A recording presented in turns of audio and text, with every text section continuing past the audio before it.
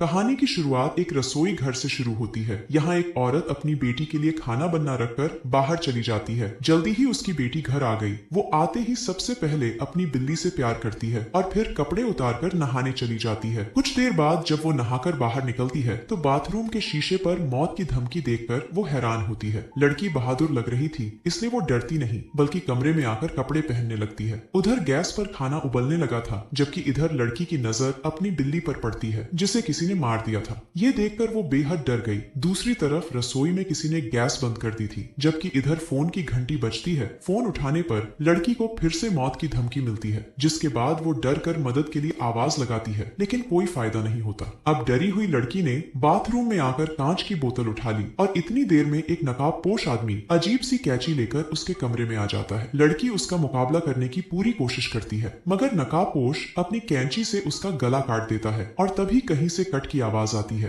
ये आवाज director heli की थी। असल में यहाँ एक डरावनी मूवी का सीन शूट हो रहा था। शूटिंग के बाद हैली नकाबपोश एक्टर जेरी को बुरा भला कहने लगती है, क्योंकि उसने अच्छी एक्टिंग नहीं की। डायरेक्टर के बाद हीरोइन सारा भी उसे डांटती है, लेकिन जेरी का मानना था कि उसने सब सही से किया है। थोड़ी देर बाद हैली अपने कमरे में बैठी काम कर रही थी और तभी उसके पास जेरी कैंची लेकर आता है। उसे हैली पर बेहद गुस्सा था, क्योंकि उसने सबके सामने उसकी बेइज्जती की थी। हैली एक बार फिर उसकी एक्टिंग की बुराई करती है, जिसके बाद जेरी नकाब पहनकर कैंची से अपनी एक उंगली काट लेता है। उसकी हरकत देखकर हैली डर गई थी, इसलिए वो उसे वहां से चले जाने को कहती है, मगर जेरी उसकी बात नहीं मानता और उसे मारकर उसकी जीभ काट देता है। सारा को हैली से कोई काम था, इसलिए वो उससे मिलने आ रही थी। वो जैसे ही उसके कमरे में आती है तो वहां हैली की लाश देखकर डर गई। इससे पहले कि वो वहां से भाग पाती, तभी छुपा हुआ जेरी उसे पकड़ लेता है। वो सारा को भी मारना चाहता था, लेकिन बहादुर सारा किसी तरह उसे ही मार देती है। अब कहानी 12 साल बाद शुरू होती है। यहाँ एक एक्टिंग स्कूल में नीलसन नाम का प्रोफेसर अपने स्टूडेंट्स को मूवी डायरेक्ट करना सिखा रहा था। वो सभी को हैली की कहानी सुना रहा था। वो बताता है कि हैली हॉट ब्लडेड नाम की मूवी बना रही थी, जब किसी ने उसका गला काटकर उसे मार दिया था, इसलिए तब से वो मूवी पूरी नहीं हुई। क्लास के बाद बच्चे जाने लगते हैं, जबकि नीलसन उन्हें हैली की मूवी से दूर रहने को कहता है। ईवा और नोआ इस मूवी को पूरा करना चाहती थी, मगर नीलसन उन्हें रोकता है। वो उन्हें बताता है कि तुम्हारी ही तरह और लोग भी इस मूवी को पूरा करना चाहते थे, लेकिन मूवी देखते समय किसी ने उनके गले काट दिए, जबकि पूरा थिएटर खाली था। वो आगे बताता है कि ये एक श्रापित मूवी है, आज तक जिसने भी इसे पूरा करना चाहा वो मारा गया है। नीलसन उन्हें कोई दूसरी मूवी बनाने को कहकर चला जाता है, मगर लड़कियां उसकी बात नहीं मानती। वो हैली की मूवी पूरा करने के लिए अपने दोस्तों से बात करती हैं। उनके दोस्त भी उनकी बात मान जाते हैं। ईवा मूवी को डायरेक्ट करने वाली थी और नोआ प्रोडक्शन देखने का फैसला करती है। इसी तरह बाकी सब भी अपना अपना काम बांट लेते हैं। कुछ दिनों बाद सारा का मैनेजर उसे बताता है कि कुछ नौजवान हैली की अधूरी मूवी को पूरा करना चाहते हैं और वो चाहते हैं कि तुम उस मूवी को पूरा करने में उनकी मदद करो। सारा को कोई एतराज नहीं था, इसलिए वो उनकी बात मानकर उनके शहर पहुंच जाती है। जल्दी ही ईवा और नोआ